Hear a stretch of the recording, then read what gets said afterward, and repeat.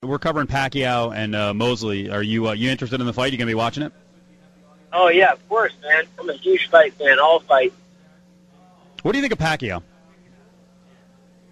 That's pretty incredible, man. I mean, I feel like he set such a regimen in his life that he's kind of on autopilot now, and everything's instinctual for him. I think he's going to have an edge. Yeah, I think the amazing thing with him, and I mean, you know this because you're not just fighting.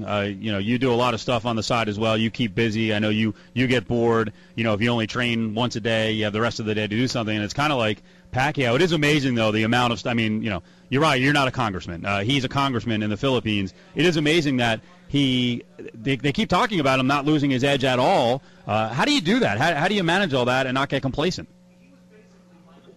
I think the biggest thing is, like you said.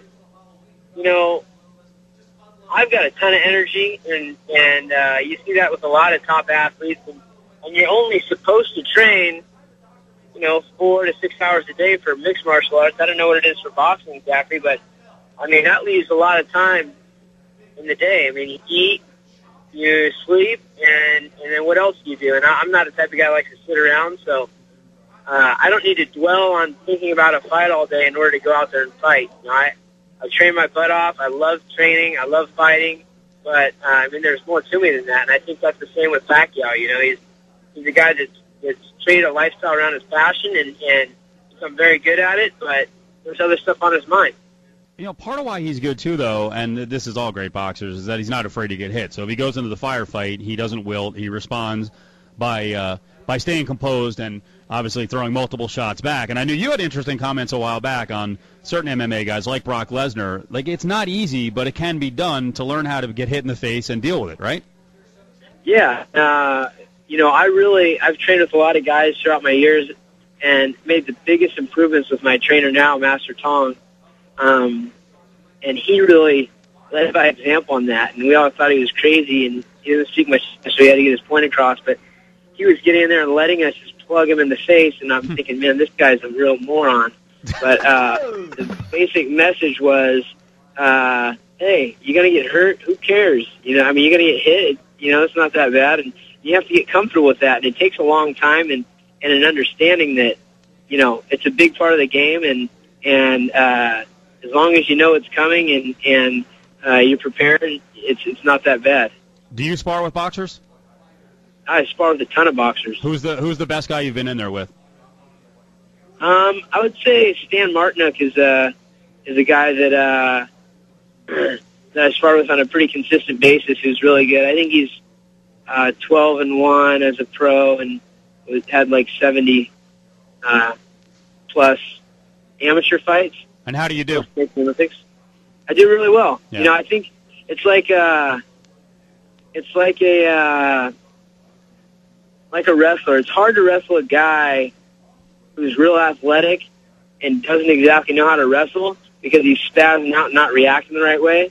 And not that that's the case in boxing necessarily, because I've got some boxing skills, but it's not as much of an agreement. You don't agree to stand right there and exchange. It's more of creativity, coming in, creating angles, using fakes and stuff like that a lot better because, it's kind of similar to wrestling. So the style for an MMA boxer versus a traditional boxer is different, and it's a lot of times hard for them to get a feel for it because we're not sitting right there and, covering and throwing back. It's more of less of an agreement to get punched. So what do you think when you hear a guy like Nick Diaz talk? And we're talking to UrijahFaber. UFC 132 is coming up in July. Tickets on sale on Saturday. It's here at the MGM. We're down here, D.C. in the sunshine, man. It's Cofield until Koken comes along in a little bit, getting ready for Pacquiao and Mosley. So what do you think when you hear a guy like Nick Diaz talk about he actually spars with Andre Ward? I mean, that's another level. I mean, you're talking about one of the top 5 fighters in the world. I wonder how he does.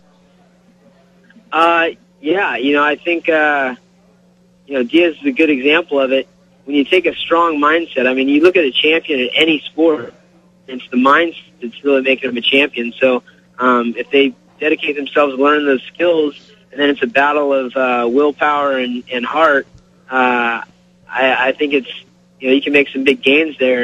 And I've seen Nick spar with some really good boxers. He'd come down to Sacramento quite a bit and spar with our Sacramento boxers out here. And I'll box with any boxer. I mean, I'm always up for a challenge with high caliber boxers. It's my competitive nature want to get in there, and I think it's just people got to realize we're all humans, and it's not that scary when you do it. When he talks about leaving MMA and going to fight someone like Fernando Vargas, maybe there was a little talk from the camp of Sergio Martinez. Hey, we'd be interested. Do you think Nick really wants to do that, or is he just using this as a negotiating play? I mean, if he were to get the payday that the boxers get for a fight like that, of course he'd want to do that. I mean, Nick is a competitor. I've said it for a lot of years. I've been a big fan of Nick Diaz, and we train together and stuff like that. And our demeanors inside and outside the cage are very, very different. But we come from different backgrounds.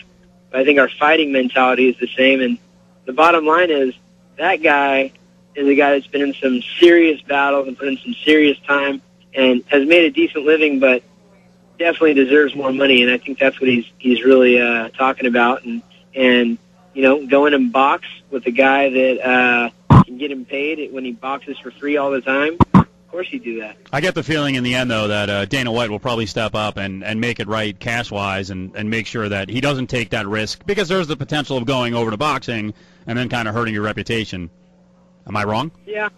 I think hopefully Dana will step up. And, they've had kind of a weird relationship over the years because, Dana's a businessman and Nick Diaz is good for business when he fights, but is known for skipping out on some of the PR stuff and right. And being a difficult guy to deal with when it comes to promoting things sometimes. I remember Diaz telling me years ago about how they punished him for not going on that dating show that they're having a couple of fighters go on. Like, they would go on this dating show, and Nick had a girlfriend at the time, and they wanted him to go on there for publicity, and he's like, wouldn't do it, so they put him and I think Caro maybe on the undercard. Somebody was on the undercard, Nick Diaz. Maybe it was, I can't remember who he was fighting, but he's got a chip on his shoulder when it comes to those guys sometimes, and they're trying to help him, and he's trying to help himself. So I wish the best for Nick. I think they'll make it work out.